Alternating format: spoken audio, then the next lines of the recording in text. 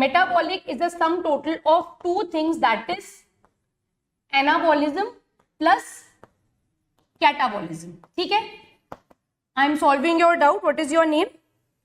Surabhi. Okay, तो metabolic जो है आपने सुना होगा, मेटाबॉलिज्म वर्ड.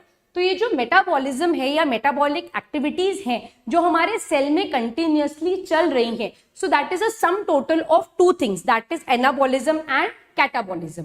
अब एनाबॉलिज्म क्या होता है और कैटाबॉलिज्म क्या होता है?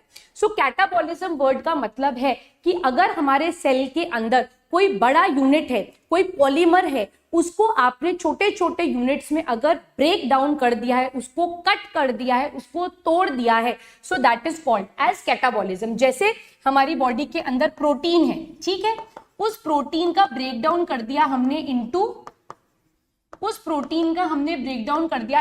Amino acid. तो आपने एक बिगर यूनिट को कट कर दिया छोटे छोटे यूनिट्स में, so that is called as catabolism.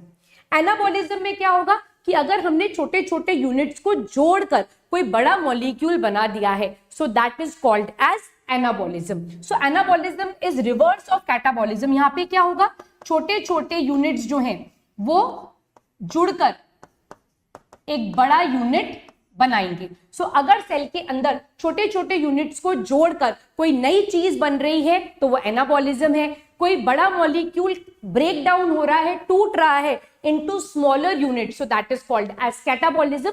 और दोनों के सम टोटल को बोला जाता है मेटाबॉलिज्म. तो ये जो मेटाबॉलिज्म है ये हमारे सेल के अंदर कंटिन्यूअसली चलता रहता है. हमारे सेल के अंदर कोई बड़ा मॉलिक्यूल कंटिन्यूअसली छोटे छोटे यूनिट्स में ब्रेक होता है और छोटे छोटे यूनिट्स जुड़कर नए मॉलिक्यूल्स बनाते हैं. So total of anabolism plus catabolism is called as metabolism.